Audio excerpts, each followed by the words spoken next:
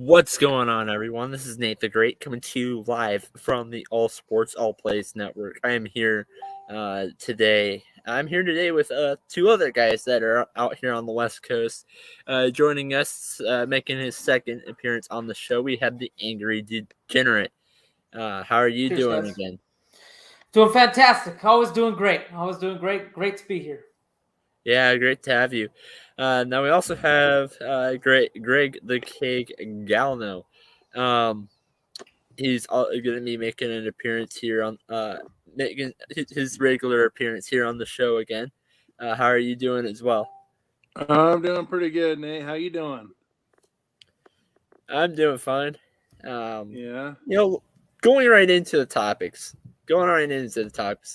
If Mike, if you're watching, I'm gonna say something. I said this before, and you laughed at me for saying this, but I honestly think that Andy Dalton had a better performance in the game against the Buffalo Bills than Justin Fields. It was Facebook comment to the Touchdown Club, and he put the laugh reaction to it. Now he's a Chicago Bears fan, but being a 49ers fan and being a Colts fan, how do you guys feel about that? Do you guys agree with that? That Andy Dalton looked better than Justin Fields this past week? Yeah, against the Bills. Well, I mean, it's hard to. I mean, Justin Fields took a really bad hit, a really bad unnecessary hit. I think he holds the ball way too long. I think when you're looking at if you don't want him to get killed behind that terrible offensive line with the Bears, I think you might want to start off the season with Andy Dalton. How many games? well, we'll see how the record goes, right? Because let's be honest here. Matt Nagy, possibly on the hot seat. Ryan Pace, general manager, definitely on the hot seat. If they start the season off 1-2, 1-3, the fan base is out there in Chicago at Soldier Field. They're going to be calling for Justin Fields to be out there on the field, and the head coach Matt Nagy is going to have to make that decision. But in terms of this game, I'll give you that one. I think he looked a little bit better. Now, I'm going to say something. Again, it's not going to be very popular among Chicago Bears fans. But I would start Justin Fields in the middle of the season for two reasons. If one of these two scenarios come down. One, if Chicago Bears win 2 games. Only win 2 games out of the first 9. Maybe I'll maybe go 3 or 4. But if you go 5-7, I'm sorry, not 5-7, 5-2. 5-4 or higher. If you have a winning record, then no, I wouldn't do that. Well, I mean, you look at their upcoming schedule here. Their first game is at home, away against the Rams. That's going to be a tough game. Yeah, that's a loss. Then they play at home against the Bengals. You got to think that's going to be a win. Yeah, that's going to be a win. 1-1. Then they play at the Browns. I would characterize that as a loss. Then they play the Lions. That's hopefully a win, right? So you got them at 2-2 through 4 games. Then you have them at the Raiders, which can be toss-up game, I'd say, because they do have to travel out there to the West Coast, and then they have against the Packers following week, and then they have the Buccaneers, and then they have the 49ers. So, which is very interesting, that game against the 49ers. First 8 games that you mentioned, I would go 4-4. Yeah, so if they go 4-4, what do you do? Do you stay with Andy Dalton? Do you continue with or do you go with Justin Fields to couple that with the 49ers possibly having Trey Lance? Now, there is one other thing that I would start Justin Fields for.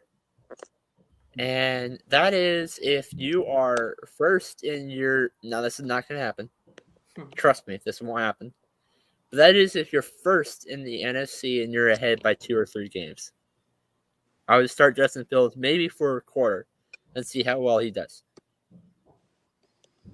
Just randomly put him out there? Yeah. Just to see how he does in the future. That's a different thing. That's different than what's normally done in football. Yeah. I guess the only comparison that I could think of is when the Dolphins last year would pull Tua and bring in the closer Ryan Fitzpatrick. Yeah. That's the only thing I can kind of think of that was very similar. Or maybe, sometimes they put in Taysom Hill there with the New Orleans Saints to spell Drew Brees, but it's usually just for gadget plays. But that's an interesting take, Nate. Yeah, I would do the same thing. Now, Greg, we haven't had much of your opinion on this. What cases would you start Justin Fields if you're not starting him in week 1? They have the rough schedule on the road. We already decided. I decided that I think that they're going to go 4-4. What are your opinions on the Bears this season? Where would you start Justin Fields? Well, I think that the first thing I would do when it comes to Justin Fields is we all know that Ryan Pace didn't make the move for Justin Fields for him to sit for an extremely long time. But I think that they got Andy Dalton in there first, and then Justin Fields came later. But where Justin Fields fell in the draft and then Ryan Pace made the move to get him, he's the heir apparent.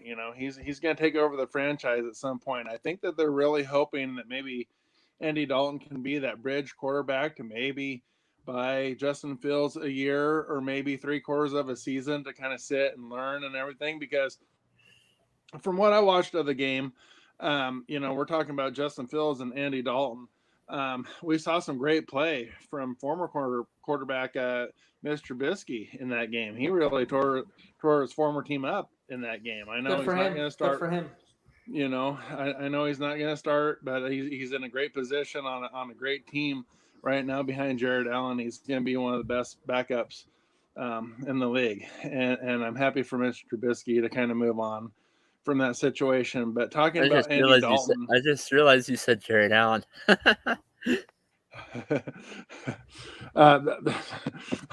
Well, what's his name? Josh Allen. Josh Allen. Josh Allen. Okay. Well, Josh Allen. Well, Mr.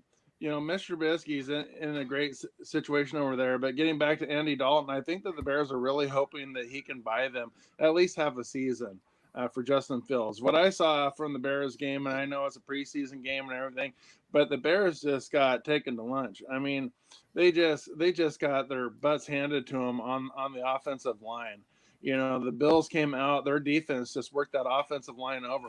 And I definitely don't think that Ryan Pace and company want to really put Justin Fields in too much harm's way right now with that line not being solidified. So I think that Andy Dalton does a pretty good job at not holding the ball terribly long.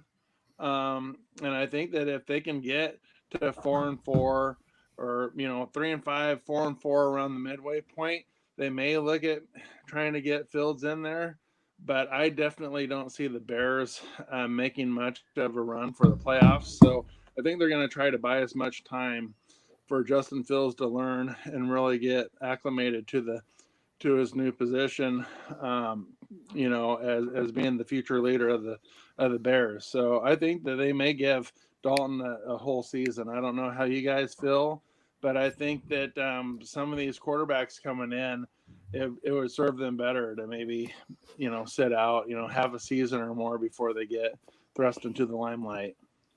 I personally don't think that Andy Dalton will play the full season for one of two reasons.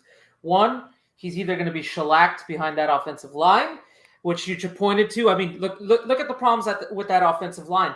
Their starting left tackle, who was coming into camp, their second-round pick, starting left tackle, out for the year with a back injury. They have to bring back Jason Peters out of the doldrums to start. 39-year-old Jason Peters is going to be their starting left tackle. He just signed last week.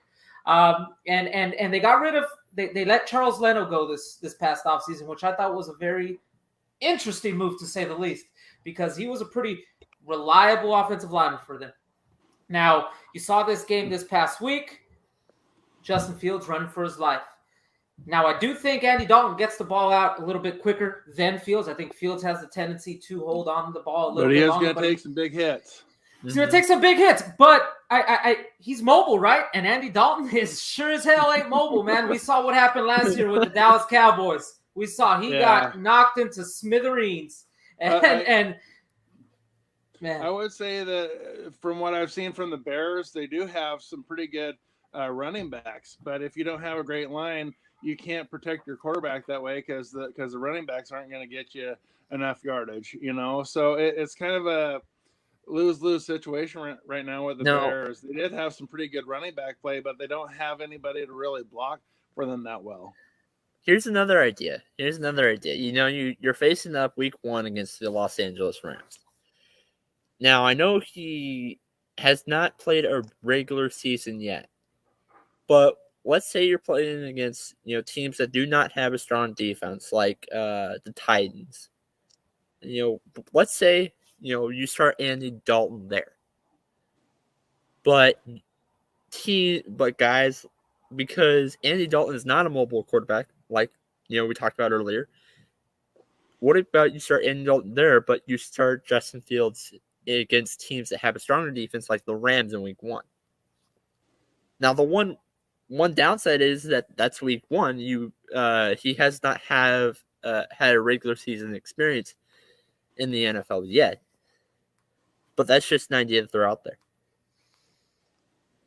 I mean, that never really happens in the NFL. So I True. think I don't know if Matt Nagy wants to be the test dummy for this experiment that you're proposing, considering his job may be on the line and Ryan Pace's job might be on the line. But it's a very interesting conversation because, I mean, last year, like I said, we did see what happened with Tua. Struggled a couple games. They pulled him. I don't know if that caused some confidence issues. I don't know because I'm not in the brain of Tua Tagovailoa, but I just think that what you're proposing, there's a reason why possibly it hasn't happened. I just don't think you tinker with quarterbacks like that. I sometimes look at that trade between the Bears and the Raiders and kind of put a big what if on it because you're looking at Khalil Mack and he's pretty much wasting away in Chicago. He's racking up great numbers, but he's wasting his talent. He's pretty much the NFL's Mike Trout, over there right now. He's not going to get a whiff of much playoffs and everything. He's an outstanding player. But then you look at what happened to the Raiders. I don't think they really got much to show for it out of all the first round picks that they got out of it either. So I'm kind of wondering what would have happened, who the Bears would have picked, in those drafts had they not went after Khalil Mack, because I'm not seeing anything for the Raiders, and I'm just wondering if the Bears would be better off if they wouldn't have went and got Khalil Mack, at least from an offensive standpoint, because right now they don't seem to have a lot to work with other than an above average defense. I'm sorry, I'm laughing as soon as you talked about the Raiders trade because I read earlier today that back in March, the Raiders tried to get Khalil Mack back. Yeah, John Gruden's a fucking moron. But that's a conversation for another day. I mean, just think about this scenario. One of his first moves as the Raiders head coach was to trade Khalil Mack, and he made a point of it from the beginning, and now he suddenly wants him back. That to me just shows what's going on in that Raiders front office. But to your point, I mean, in terms of Khalil Mack, the Bears gave him $90 million in guaranteed money. That is a shit ton. That is an exorbitant amount. It worked out great for him, but what I'm saying is, you look at all the questionable draft picks that the Raiders got out of it. I mean, they don't really. I mean, it seemed like a steal for the Raiders, getting all those first round picks in a row, and it left the Bears with nothing in the first round for several years. I think even after all that, I think the Bears still got the better end of the deal. I just don't think that the Bears have done anything from an offensive standpoint to really help out their cause. They just I personally, if we're talking about Justin Fields, I don't think that I would put him out there for quite some time because I just don't think that they quite have enough, either from an offensive line or from a wide receiver or even running back standpoint to really protect him out there. So we do have a couple of comments. Some I will address later on in the show. But let's go ahead and move on to the next topic, which another quarterback controversy, has to be Jimmy Garoppolo and Trey Lance. That's the next topic that we have. And John Suggs, he has a comment that he likes to address, and he says, do you start Trey Lance? He looked good in their first two games, but that should be easy wins against the Lions and the Eagles. That's exactly why you start Jimmy Garoppolo, I think. I mean, I don't know if, and I'm not quite sure that starting Trey Lance is going to be. I follow the 49ers pretty closely, and I don't think Trey Lance has done enough to win the job from Jimmy Garoppolo as of yet. We'll see what happens against the Raiders. He has looked good per se, but if you look at the people he's playing against, I mean, maybe anybody could look good against those guys. I mean, he was playing a bunch of no names this past week against the Chargers. He struggled the first 2 or 3 drives. Then he, a little bit resilient, came back, and he, had 2 touchdowns, 1 interception to finish the game.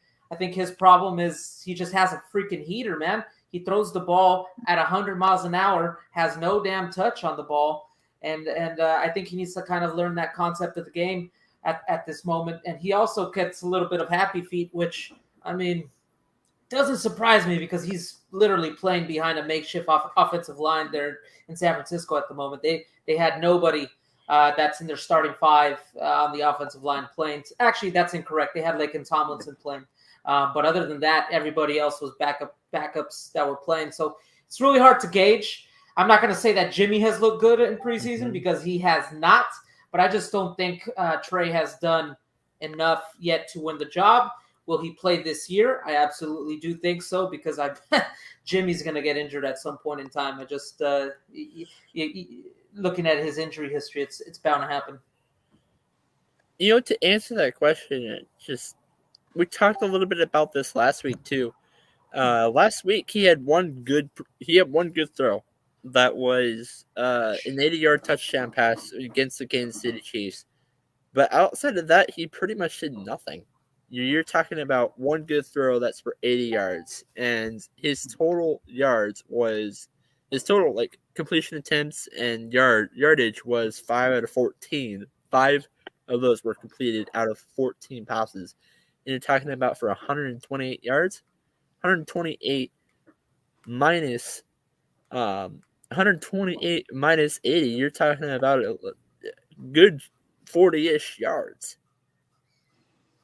And divide that by the number of completions. You're talking about 10 yards per those 4 completions, which that's not bad. But the point is, he did not throw a lot of complete passes in that game.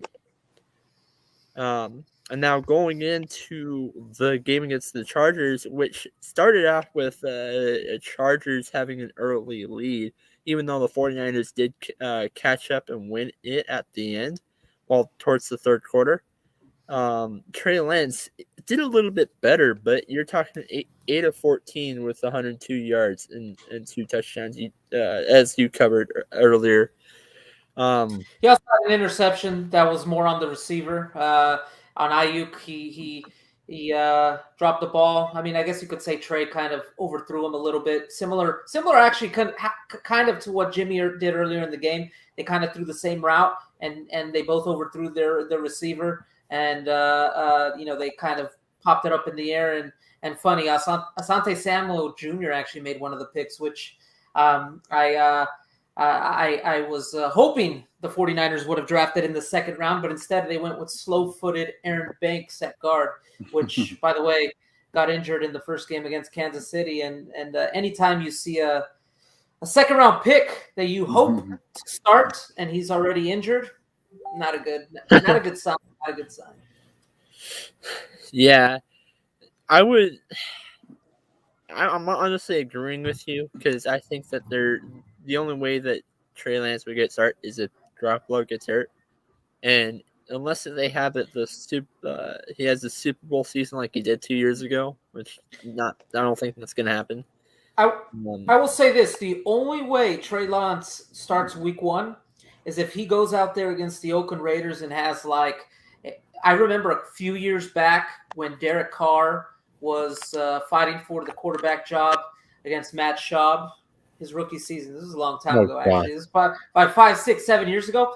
And he went out there and lit it up in preseason in the final game, and they just gave the job to him. Russell Wilson did something very similar, too, when he was fighting against the job against Matt Flynn. Yeah. And unless Trey does something like that, I don't see him starting Week 1 against who do the 49ers play? Or Jimmy Garoppolo gets hurt. Or Jimmy gets hurt, but I mean, preseason, it's not gonna happen. Moving on to the next topic, actually. Well, you guys didn't let me talk about it. Oh, yeah, that's right. That's right. You go ahead and then. Well, I'm going to keep this short and sweet about this, but I think you guys know where I stand over the last few weeks talking about this. I'm a firm believer that when you've got a quarterback that you draft highly, if you have decent enough talent in front of that quarterback, I think it's best if you can buy some time for that quarterback to learn from a veteran or, carry the clipboard and kind of learn a little bit. If you can spare the time, and not have to throw someone into the fire as quickly. So I think that when it comes to a Mac Jones or a Justin Fields or a Trey Lance, I think that they're going to be better served kind of sitting out some games, sitting out half a season or so and kind of learning from whoever they're playing behind. Jimmy G's not a terrible quarterback. He helped get them to a Super Bowl a few years ago. He's a capable quarterback. He learned behind Tom Brady, one of the best in the business. So I think that unless a team really has to put, their top rated quarterback, their top draft pick, first round quarterback in there, I think that it's better to sit them out. So I think that right now at this point, Zach Wilson and Trevor Lawrence are the only two that I see that probably should be out there because they're far above anybody else on their teams, talking about the Jets and the Jags. But I think that there's the competition is fairly even in a few of these other battles. So I think that it'd be best for a Trey Lance to maybe sit. And then like the Angry Degenerate said, if Jimmy G's not getting the job done, then give Trey Lance a chance and see what he can do. So I don't think that Trey Lance has necessarily won the game one start at this point. I think that it'd be best if he kind of sits it out just a few games, and see if Jimmy G, the 49ers are loaded on both sides of the ball. They got plenty of talent. So I don't think it's going to take a whole lot. You're not going to need a Peyton Manning or somebody to try to win games for the 49ers. They got an excellent defense. They got a lot of offensive tools. So I think that a Jimmy G can carry the load and they'll get wins, regardless of who's there. So I think it'd be better for Trey Lance to just kind of learn a little bit from Jimmy G and then get inserted later on in the season. John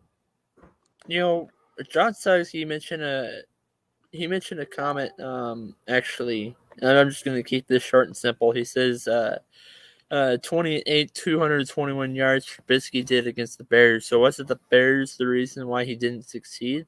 And to answer that question, it wasn't the Bears team. It was the coach. I thought it was just the coach. The coaching system that he was in, I didn't think really worked out for him. But to get more information, that's just my hypothesis. Well, that's what Mike said That's what Mike said last week. It's not necessarily that Matt Nagy's a bad coach. It's just that he's a system coach. And if you don't fit in particularly to that system, then you're not going to do well.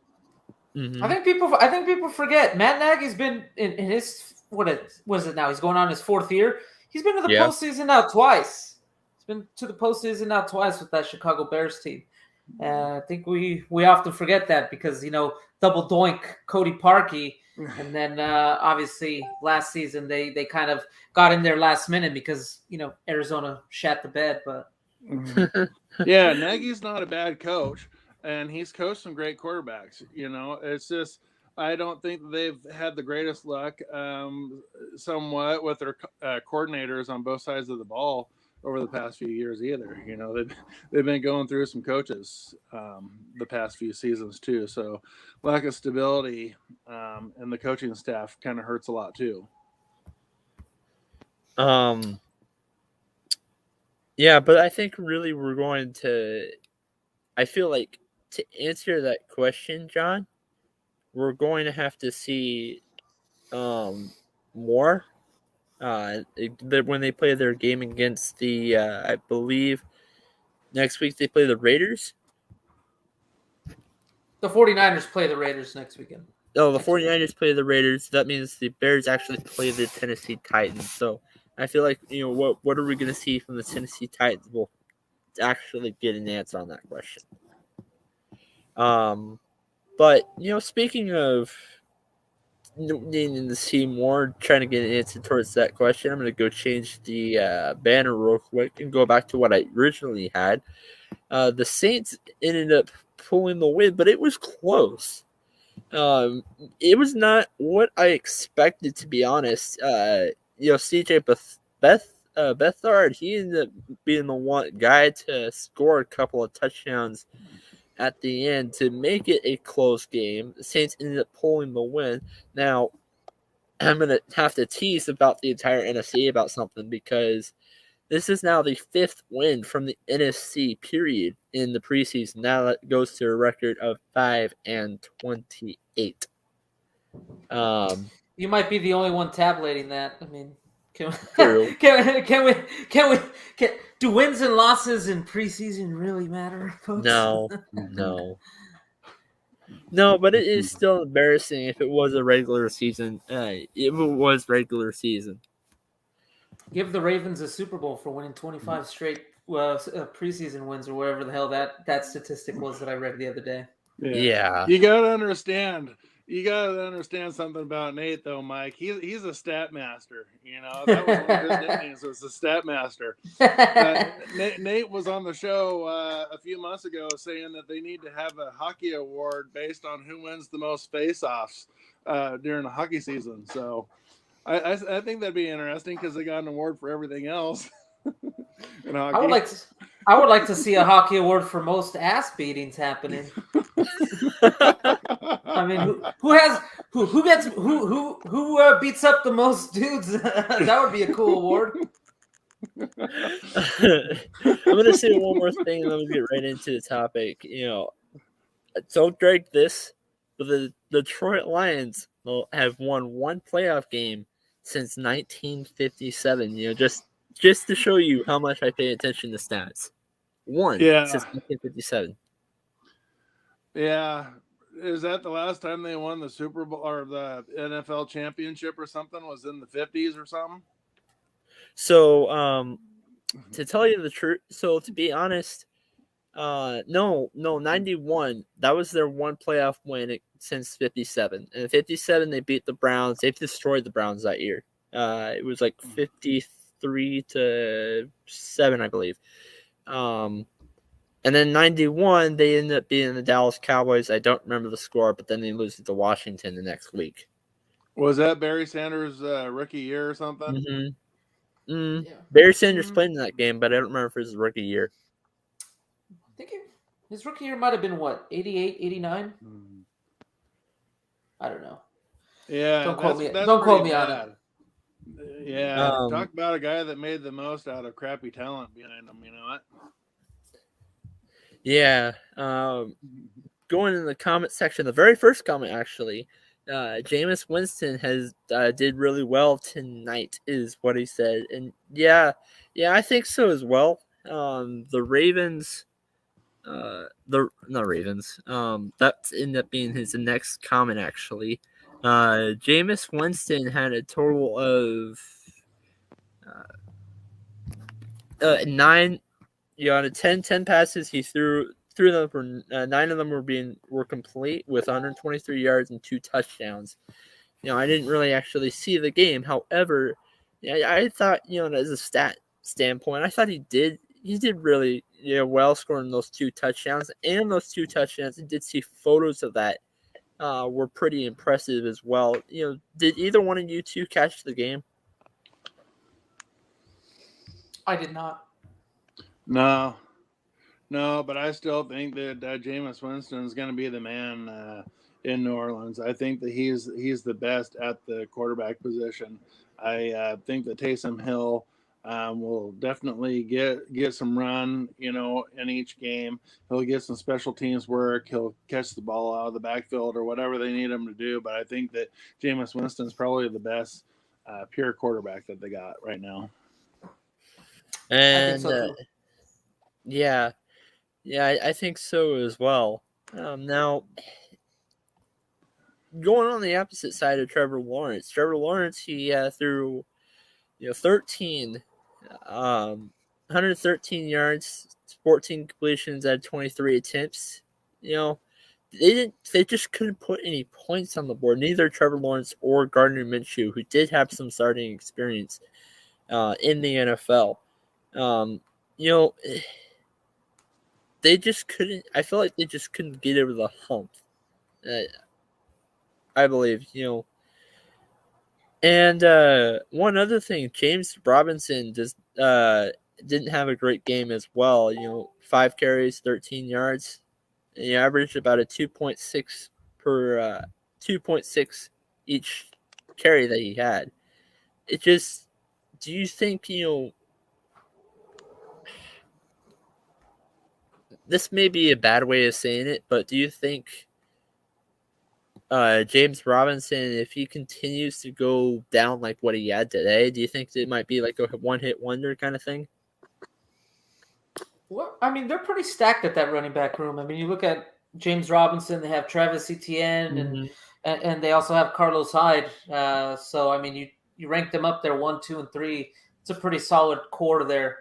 I mean, I would think when you draft a running back in the first round, he would tend to get a lot of carries. So I'm assuming Travis Etienne is probably going to play a lot. I know that there was some rumblings that he's going to be a pseudo running back wide receiver in camp.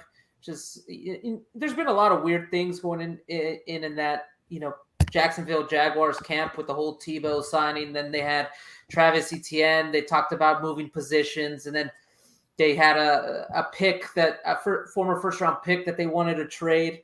And then they have this whole thing where it's like they're not really naming a starting quarterback yet. And it's like, come on, guys. It's Trevor Lawrence. You're not going to put Gardner Minshew out there week 1. Sometimes I feel like Urban Meyer seems a little bit over his head. But I don't know. I only think they're not going to put Gardner Minshew in week 1 because you cannot put him at week 1. You cannot start him.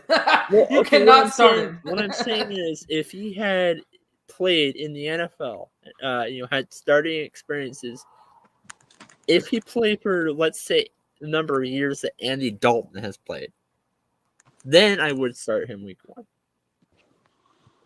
But he's only played for 3. So that's why I think Trevor Lawrence should start. I think Trevor Lawrence should start because he's the number 1 overall pick and is way better than Gardner Minshew, bar none. Even coming into the league this year, Gardner Minshew is the perfect, stereotypical, perfect backup quarterback. He can be in the NFL for 10 to 15 years, collecting a paycheck like Chase Daniel, and have a great life. And he can have a great life. But please do not put him anywhere near a starting quarterback position. I mean, we've seen him already. We've seen he's not very good. I mean, he's about average which is not what you want at the starting quarterback position. And if you're going to go out there and draft a once in a lifetime talent like Trevor Lawrence, you're not sitting him. And if they do, they're going to. I mean, Jacksonville itself is already Siberia. Nobody cares about the Jacksonville Jaguars. So if you're gonna put Gardner Minshew as starting quarterback, people are gonna care about you less. So at least put in Trevor Lawrence while he has a cheap contract. Okay, yes, but even starting NFL, even number one overall picks. This is what last thing I'm gonna say, and I'm gonna give this to Greg actually. Even starting NFL quarterbacks do need veteran protection. Even though Gardner Minshew's played it for a couple of years. I don't really consider him a veteran. But Greg, I'll give this to you. What are your thoughts? Well, let me ask you guys a question. Whose jerseys do you think are selling out more in Jacksonville? Trevor Lawrence's or Gardner Minshew jerseys? Very good point. Very good point. But not just from a financial standpoint. I think that Trevor Lawrence is kind of right up there. When you look at some of the great number one overall draft picks, as far as how high rated he is coming in, he's right up there.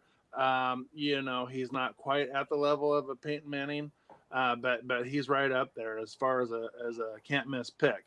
So I think that you pretty much have to start him. I think that his talent is far superior to what Gardner Minshew can bring to the table, and there's a lot of hype in Jacksonville over getting him and the great success that he had at Clemson, and all the numbers that he put up and everything. And he's got great size. He's 6'6", about 240 pounds. So he can take some hits, and he's pretty mobile, and he's got a big arm, and he's got a great heart and love for the game. So I think that he is going to be the game one starter, and I think that he's going to be the starter for years to come. One thing about Peyton Manning, when he came in, he was the day one, snap one starter, and it's not like the Colts took the world by storm that year either. They took some knocks. I think they only won 1 or 2 games Peyton's first season. Took a lot of hard they won hits. 3 games that year. He threw a lot of interceptions, but he put up a lot of yards too. But I mean, it was a work in progress, Just because sometimes you get the number one quarterback doesn't mean that you're gonna go to the playoffs the following year. Sometimes you have to keep building, just like the Dallas Cowboys did. Back in the 80s, they had to get Emmitt Smith, they had to get Michael Irvin.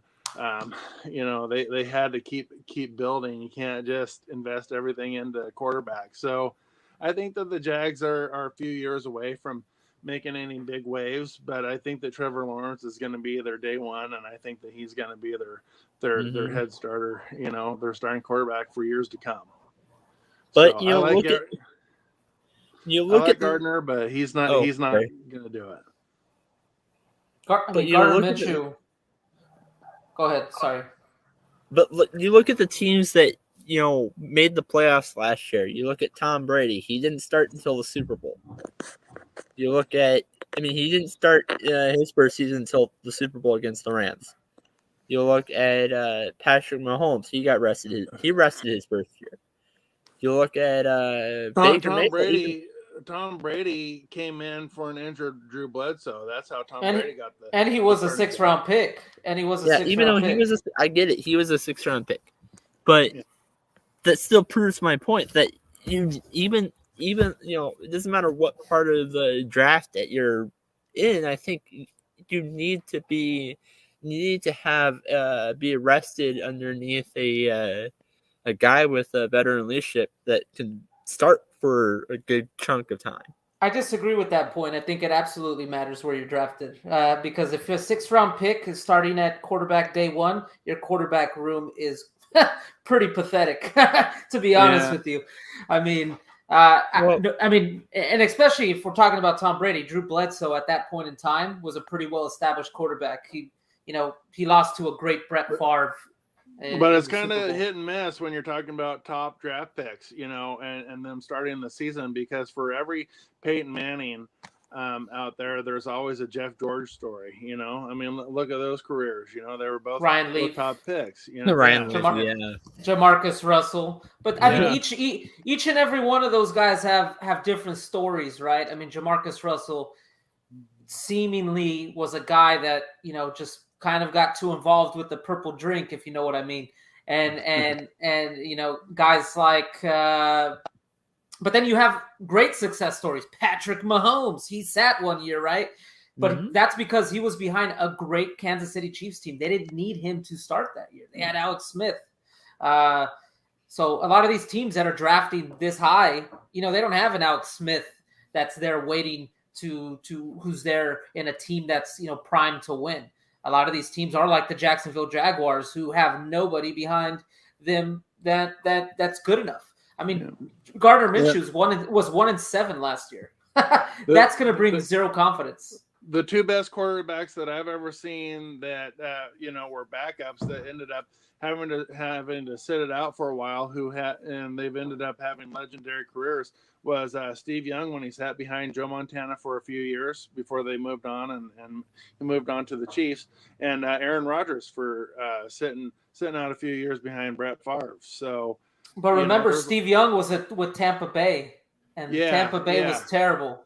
Yeah, but you know, he was a great backup quarterback behind Joe Montana, and he was so good. It was kind of like a Tony Romo's situation. You know, he was so good that it was like, well, Joe's got us 4 Super Bowls, but we got to move on.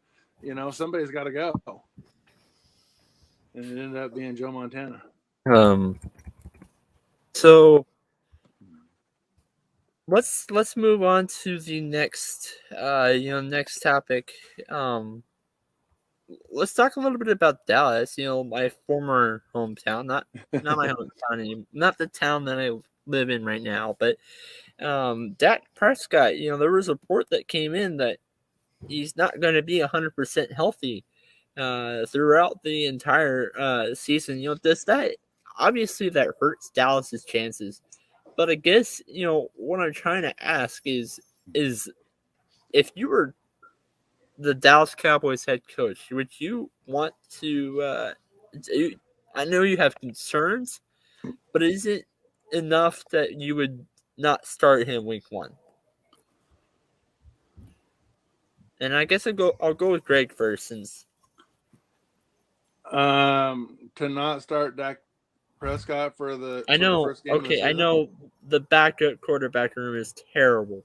I get it, but Benny DiNucci, you need to be. I get it, but health is more important than team success any day. You know, that's. Well, I would say, considering the fact that Dak Prescott signed a huge contract even after that crazy leg break that he suffered against the Giants last season, and then to get, you know, a huge contract extension after that, I think that regardless of who they're playing, who are they playing week 1, Nate? I'll double check, but I think. Oh yeah, never mind. It's Tampa Bay. Thursday night football. Thursday night. Okay. Well, I think that was going to be a big L, regardless of who starts under center for the Cowboys. If Dak was healthy, I still think the Cowboys would lose, but I don't think it would be a big blowout. Yeah, it might be competitive, but I think that when you're talking about a guy that's going to make $40 million, you know, per season, and then that break that, you know, 20 years ago would have ended somebody's career. I mean, that leg break that he had was absolutely horrific. So the fact that he might not be ready or not be 100%, I think that I would take precautions and maybe give the backup a game 1 start just to be safe, because you're talking about a $40 million a year quarterback now. I don't think that he was worth, you know, the $40 million a year. I think that he's a decent quarterback, but since they are invested that heavily, I think that I might take his health a little bit more seriously and let him rest a game or so. And John, I see your comment. Cooper Rush will be the number 2 quarterback. It still doesn't matter. Both guys, or all those guys, you know, it'll be the pizza man. It'll be DiNucci's Pizzeria, the pizza man. He'll be the number 2 guy. Jesus. I just think that when you're talking, I don't know how you guys feel about the economics and stuff, but when you got a guy that you're paying $40 million, whether they're worth it or not, I think that you got to take the precautions, because the last thing you want is another serious setback. Can you imagine Jerry Jones if Mike McCarthy tells Jerry Jones, "Hey, I'm gonna sit him down week 1"? Jerry Jones's face might actually move. It's not happening. Dak's gonna play week 1, but the more concerning thing to me is, okay, so he's not going to be 100% to start the season. We already know that players, as the season goes on, they're not going to be 100%, but they're usually quite 100% when the season starts. The fact that he's not going to be 100%, and the fact that he's not going to be 100% because of a shoulder injury that we still don't know how it happened, that's a little weird to me. It doesn't pass the smell test here, because they had to ask Major League Baseball teams for advice on what to do with his shoulder. And we all know, if you're a baseball fan, you all know shoulder injuries linger, especially on your throwing shoulder. We saw what happened with Jacob deGrom this year with the New York Mets. It lingers, and you're going to be a starting quarterback in the NFL with a shoulder injury that's going to linger all season. You might as well be Cam Newton then. Yeah, and look at what happened to Drew Brees last year. Look at what happened to Drew Brees. We found out that he had like torn biceps and all kinds of stuff going on in his throwing arm, and nobody knew about it. They kept all that stuff a secret. He had tons of pain going on in his arm, and he played very, very poorly in the playoffs. And I commend people for wanting to play hurt. Back in the day, when there wasn't near as much money circulating around the NFL, a lot of players kept their injuries and everything to themselves, because you either played or you didn't get paid. So it's a little bit different now. Now, if I was Roger Goodell, I'd be concerned, because the fact that NFL has said it, so Dallas will be playing opening night against the Tampa Bay Buccaneers, defending Super Bowl champions. And Dak might not be starting that game. I feel like, even though that Dallas is the America's team, most popular team, I should say, not most winning team, but most popular team, even though that is the case, I don't think that I feel like revenue might be a little bit. You would have had better luck if you started. I feel like you would have had better luck if you started, say Tampa Bay did New Orleans week 1 or something like that. Well, this game's going to be on national TV. This game's going to be on NBC. I'm sure that there's going to be a lot more people than just Jerry Jones, worried about whether Dak's going to be out there or not. You're talking about a big money game, and I don't think that NBC is going to get near as many viewers if DiNucci or Cooper Rush or somebody out there is throwing the ball around the field for the Cowboys. So, there is probably a lot of money at stake. NBC lost a ton of money on the Olympics. I think they're hoping that Sunday Night Football can help them get a little bit of that money back. But I don't know. I'm all about trying to protect players, because one bad injury could ruin somebody's career. And like Mike's saying, these shoulder injuries. Look at Jacob deGrom. He was absolutely unhittable for the first 15 starts or so of the season, and now he's not even. I mean, the Mets are on a slide. He's nowhere to be found. I mean, it's just it's devastating when you're talking about these kind of lingering issues and stuff, whether it's a rotator cuff, bicep issue, whatever you got going on. So I don't know. I would take every precaution necessary when you're dealing with this kind of money and this significant of a player in your lineup. I would too. It's very interesting to me that the Cowboys saw what happened last year when Dak got injured, and they had no answer at quarterback. No Andy Dalton, no Benny DiNucci, Cooper Rush, all trash. And they went in again this year with 2 backup. Their quarterback room probably got worse this year because they don't have Andy Dalton as a backup. They don't have a proven guy as a backup quarterback. That, to me, I think will come back and haunt them next year or this year. Oh, sorry. yeah. I will say this about Dak Prescott. I like the guy. He's a great guy. I don't think he's a $40 million a year quarterback. But I think that if he was to be a $40 million a year quarterback, I think that that's a deal that they should have pulled a couple of years ago. I definitely would not invest $40 million a year on a guy that snapped his leg on a third down play, in game 6 of the 2020 NFL season. That's just me. I don't think I'd be investing that kind of money in a guy that's, snap his leg in half, before the season's even halfway done. That was a pretty risky move, I think.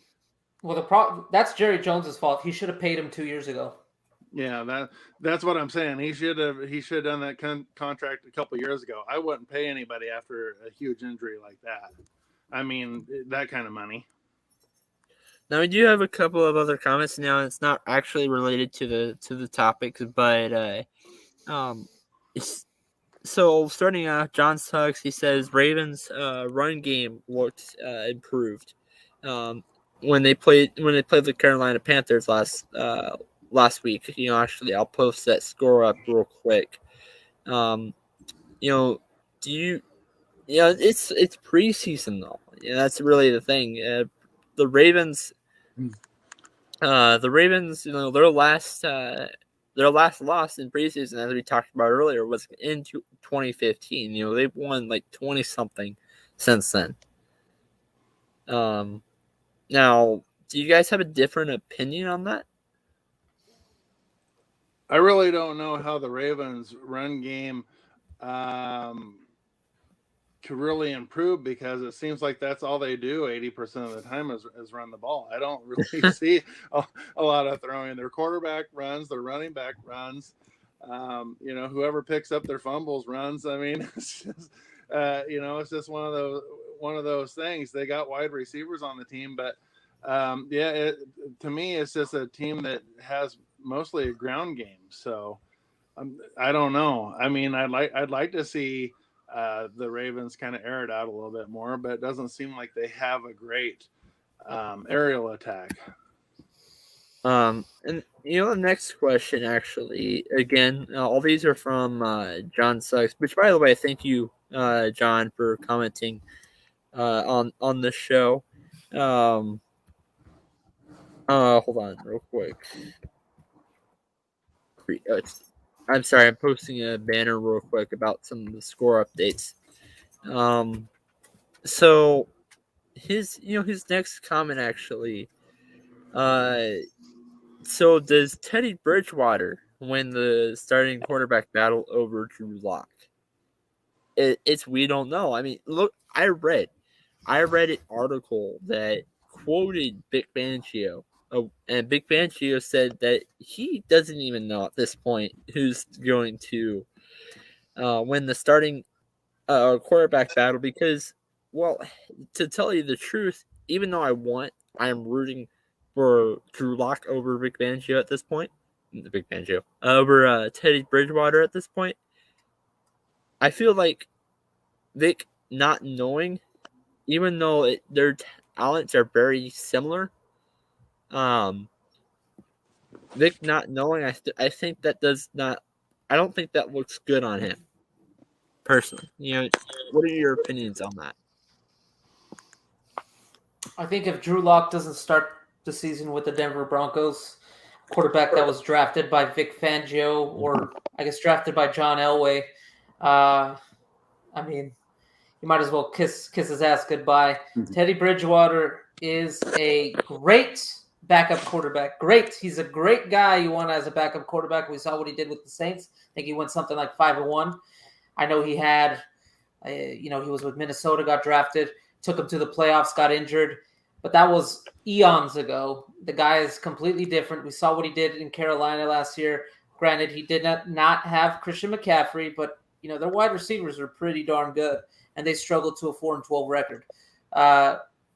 Great backup quarterback. They need to go with Drew Lock. I mean, Drew Lock was not very impressive last year, but he has a big arm, and he kind of looks like the stereotypical pocket passing quarterback that you want. And if you look at the analytics, and I've been I don't know why I've been doing a deep dive into Denver Broncos analytics, but the analytics show that Drew Lock should be performing slightly better than what he has performed, and that Teddy Bridgewater has been performing worse than he has been performing. So, with that being said, you got to go with the younger guy. You got to go with Drew Lock. Yeah, I agree with that. However, I did feel like I said, I feel like I like that Bridgewater started against the Seahawks because it was a preseason game, and I wanted to see what they would do. What he would do if he was put in the starting position. Now I get it; it's not the same. Some of these guys that are playing on the Seattle Seahawks defense probably won't be starting when week 1 happens, right when regular season happens. But I like the fact that Teddy Bridgewater started this week 2. But I agree. I think Drew Lock should be the guy to start for week 1 going on in. And he says, yeah, but trust me, the O-line to protect them, that reminds me of the Bengals front line, what we saw happen to Joe Burrow last year. Going into that,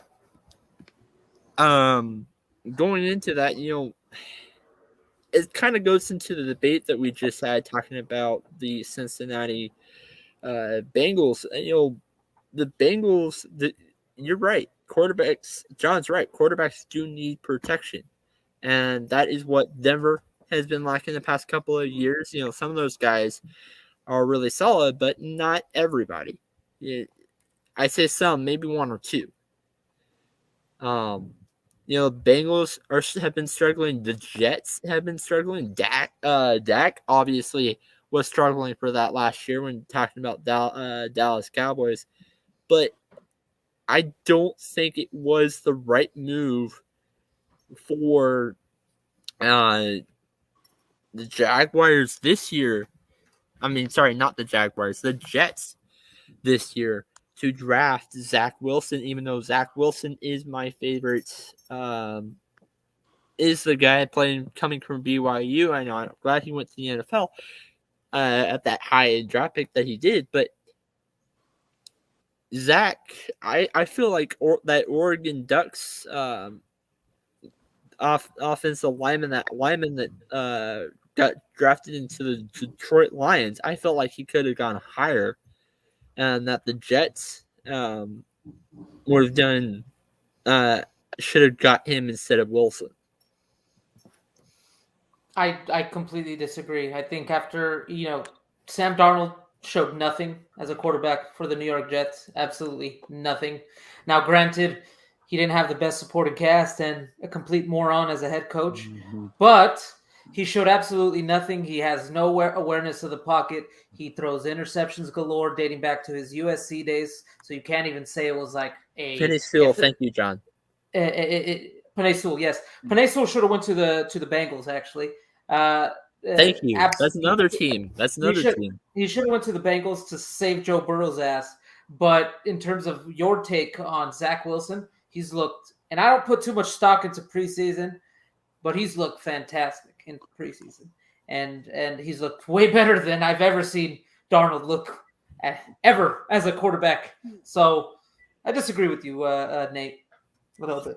Yeah, I think one thing that Zach Wilson brings to the table is that even with not so great wide receivers right now, he can buy time in the pocket. He can throw against his body. He can throw outside the pocket. He's pretty mobile, and he can make some big throws, and he doesn't make a lot of mistakes. If he doesn't hold on to the ball too long, and if he doesn't see anything there, he's not afraid to throw it to the sidelines. So I think that he's one of those quarterbacks that even though he doesn't have a whole lot to work with, I think that he'll get the most out of the talent that's behind him, because he is capable of at least buying some time and making some decent throws, and he's got a strong arm. So I do think that was actually the right pick for the Jets. but I do think that the Bengals should have got a really solid offensive tackle instead of going after a wide receiver in last year's draft. Even though Chase is an excellent receiver, I think that the Bengals had more pressing issues in wide receiver. Yes, and I get why they drafted him because Jamar Chase and Joe Burrow, they did go from the same college. I get that, but that and to talk about the Drew Lock thing, I think that Drew Lock, I think, is a little bit more talented. I think that he's got more of an upside right now than Bridgewater has. But you're talking about the Denver Broncos, Nate. This is your team. This is your team, and I know that they could be very capable of making the playoffs. They've got good talent on both sides of the ball. They just need more adequate quarterback play. So if they can get some more maturity out of Drew Lock, because we know that he's got a decent arm and stuff, he just needs to mature and make some better throws, because they do have a very, very solid up and coming, I think, all-star rotation of receivers. You got Sutton in there, you got Hamler in there, you got plenty of speed. You just need a good quarterback that can make it outside the pocket and make some good throws. That's really all they need, because the wide receiving talent is there. And the defensive talent is there. Yeah, and I've kind of made some bold takes in the past. There's two that I will say about my personal opinion. One is going to hurt more than the other. I feel like the Denver Broncos are going to be the Miami Dolphins of last year, and that is getting double-digit wins but not making the playoffs, end up being the 8th seed. But the other one that is kind of a bold take for me is the Chiefs and the Chargers and Denver are going to be 3 teams I think are going to sweep the NFC East this year. Washington, Giants, Eagles, Cowboys, all those teams, they have a lot more questions and answers, especially going down that list, Cowboys and the New York Giants. But going back to my team, yes, I feel like if Drew Lock has a terrible this year, yeah, he needs to go. But he needs more film to study before you can make that decision. Drew Lock just needs to be average. If Drew Lock is average, the Broncos win 8-9 games. Easy. Mm-hmm. And that's average. And that's average. Yeah, he just needs to make a little bit better decisions. That's it. Yeah. I mean, he needs to make better decisions. Looking at his 4-1 stretch, mainly because of his 4-1 stretch, the main factor of that was throwing the deep ball to Courtland Sutton. You took away Courtland Sutton, I think, was what caused part of the problem for last year. Yeah, Mike's right. He just needs to be average. I mean, They won the Super Bowl a few years ago with Peyton Manning, who had like a quarterback rating of like 10. In that game. So. That's true. That Peyton Manning couldn't throw 10 yards, I think. I mean, the guy was shot, but their defense was fantastic. And if you're looking at that defense right now, and you know this, Nate, top down, they are stacked. They are. Yes, they are. And people say this all the time, and I've heard this way too many times. But I've been hearing that you have to have an elite, solid quarterback to win the Super Bowl, and that's obviously not true. I mean, Peyton Manning, as much as he is done throughout his entire career, his last year was terrible. He sucked his last year, and he won the Super Bowl. You look at Joe Flacco, he won the Super Bowl. I mean, Nick Foles, he won the Super Bowl. There's been several times where you've had terrible quarterbacks win Super Bowls. And I think that with Nick Foles, I think that was probably their best chance. You're talking about a Colts fan over here. I don't know if the Eagles would have won with Carson Wentz. I think that Nick Foles just had one of those exceptional games, and just kind of was able to kind of do what he had to do. I think it would have been a completely different looking game with Carson Wentz in there. So I think that, even though Nick Foles isn't the greatest of quarterbacks, he was an excellent backup, and he was able to do what he needed to do, at least for that Super Bowl. So let's move on. Let's move on to some of our other topics here. Let's go in and hold on real quick. To go in and talk about actually, let's move away from football and go in and talk a little bit of baseball. The Mets and the Red Sox are two teams and that had really strong starts to their seasons. The Mets do this every year. I get it.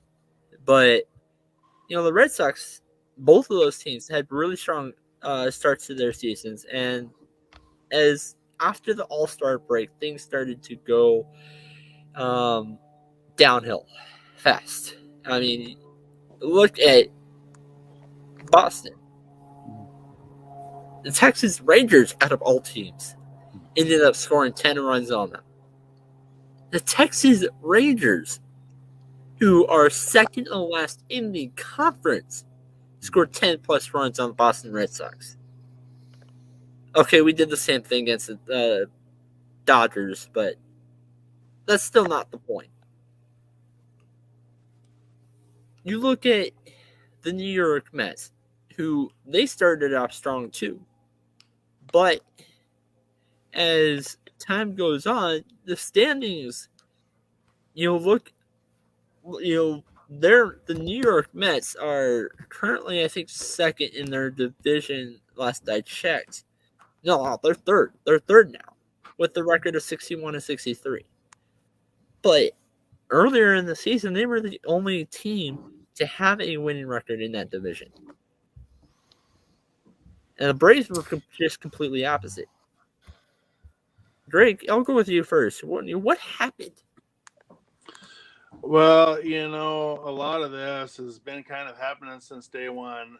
Francisco Lindor hasn't lived up. I know he's on year one of his big contract with him, but he hasn't lived up to his contract so far. He hasn't played the greatest of baseball for him, at least not the level that they were expecting and the level of pay that he's getting paid for it.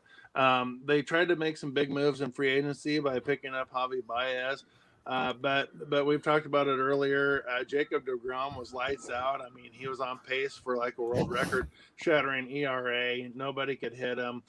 He had more runs batted in than runs gave up, from a pitching standpoint. So, I mean, he was just on fire. And then he's been having some lingering issues. You're not getting very good pitching performances out of Taiwan Taylor. I don't know what's going on. They've had a big glaring hole at third base all season long. So I don't think that this is necessarily something that's coming on. They've had some of these problems from day one with Francisco Lindor just not handling the bat that well this year. They've had a lot of errors at third base. They've had some inconsistencies within their lineup. So I think that this is something that kind of started from day one, but we didn't really recognize it because in that division for a while, they were still able to be leaders in that division because the Braves were having problems all over the field for a while. Now the Braves are finally getting things worked out and their pitching staff is starting to come along. And so they're starting to become a big time force now in that division. So I don't know exactly what is going on within the clubhouse, but I just know that they've got some injuries and some key injuries with deGrom, and then their pitching staff just not coming through. when they need to, and of course they never did pick up that big bat at third base that they needed to. They had a chance to get Chris Bryant and they whiffed on it. So they've just made a ton of errors, from a front office standpoint and from a player development standpoint. So, I'll be honest, I had them winning this division when I heard that, Syndergaard was going to come back, after a month or two, and that they were picking up Taijuan Walker and all and all these guys, and DeGrom was supposed to be healthy, and after they picked up Lindor, but yeah, they're just not playing very good baseball right now.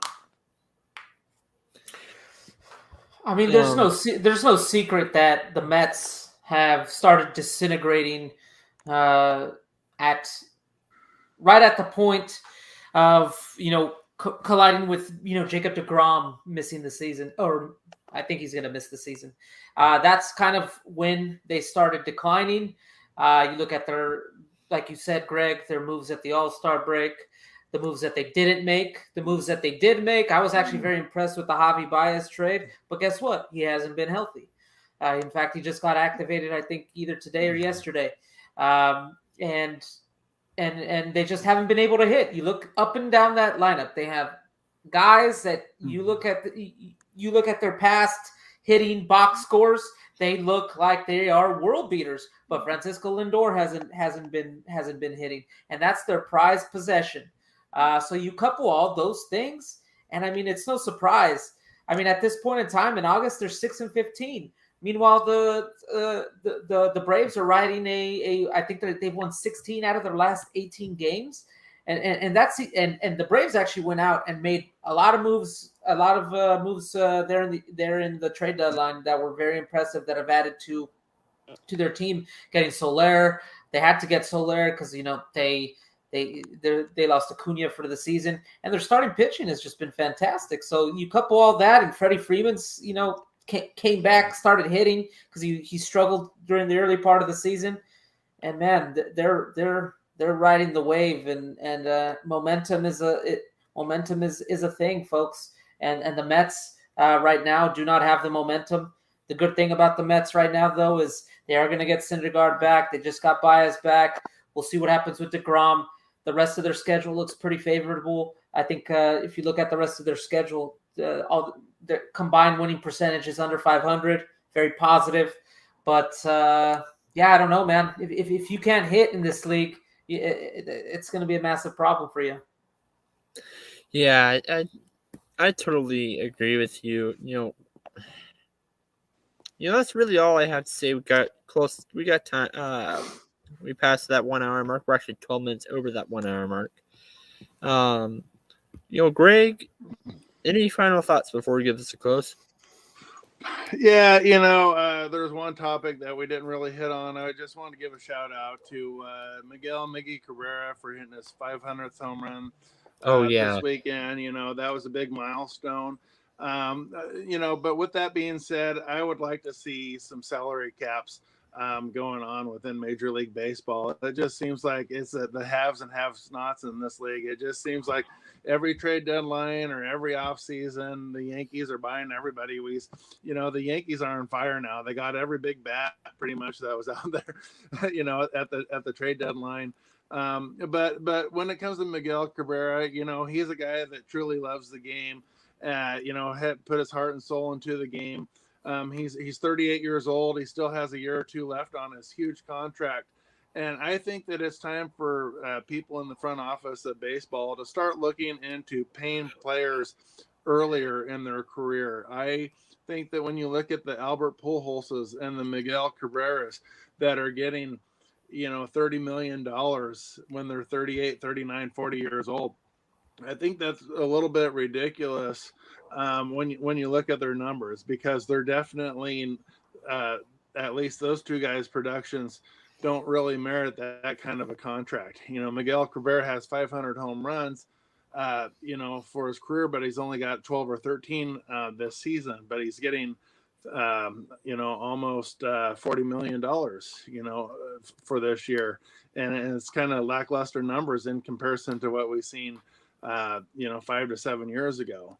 And his batting average is well below 300 and everything else. And not to take anything away from him, but I think that when you look at a Fernando Tatis who got a huge deal, before he was 22 years old, a huge contract extension, I think that's what Major League Baseball needs to look at. I think that some of these guys that are signing these mega contracts when they're 30 years old, I think that's a little bit too late in the game to be signing these massive contracts. I think that it's time to start paying these players early when they're in their prime and being able to be more productive.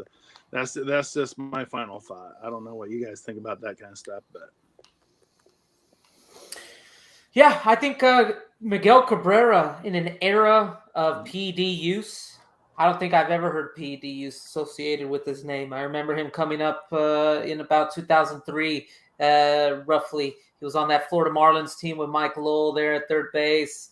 AJ Burnett pitching there. They had Beckett. They beat that Yankee team in 2003, and he was a young gun there. He was fantastic to watch. And, like you said, he got that big contract, and he – the last 3 years he's kind of been a below replacement level player, which is kind of terrible. And the Tigers are just waiting for that contract, or they could just Chris Davis him and tell him to go away, whatever they want. Yeah, whatever that. But they're in the middle of a huge rebuild, and it's kind of hard to rebuild when you got a guy that's 38 eating up $40 million of contract space. So I don't know. Bobby I don't know Bonilla. if they can move on from it though. Bobby Bonilla. Well, the Angels moved on from Pujols, but Pujols was on the last year of his deal, so a slightly different scenario. Yeah. It's my final thoughts. Happy birthday or late birthday. I'm not really sure. I think it is his birthday. Kobe Bryant. Rest in peace. Terrible thing that happened a year and a half ago. And then also my other last final thoughts. Stay tuned for Sunday. And this has been Nate the Great, Angry Degenerate, and Greg the Keg Gallino signing out. See you guys next week.